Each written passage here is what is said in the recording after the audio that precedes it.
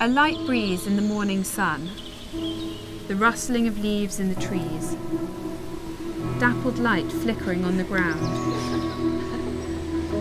4 girls, unknown, sit chatting, their poses relaxed as they relish in each other's company.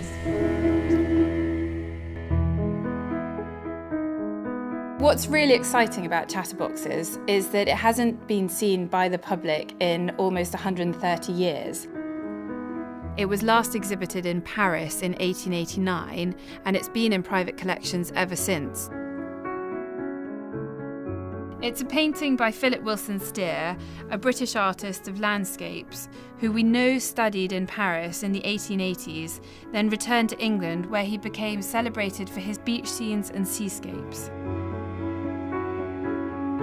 Whilst he was in Paris, we know that he saw the work of the Impressionists, and rather than trying to create a narrative, they chose to capture a moment in time.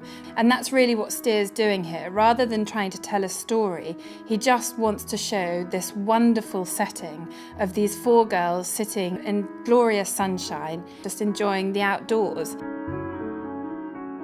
2 artists that must have influenced him are Seurat and Pissarro. The work of Seurat is particularly exemplified in the pointillist technique that he's used at the front of the picture, where he's using dots of paint to really capture light and movement. And then in the background, he's using these much more lengthy, vivid, bold brushstrokes, which is very similar to the work of Pissarro. Because this is such an early painting by Steer, we can see that he was so much more advanced from his contemporaries. This is a far more modern picture than the London audiences would have been used to in 1887 when they first saw it. He is considered arguably as the father of British Impressionism because his works influenced such a long line of artists who followed him in this tradition.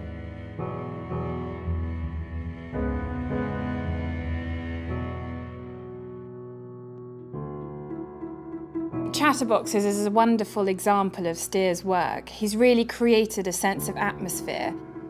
One might say the canvas is vibrating with colour. It's just diffused with light and brightness and liveliness.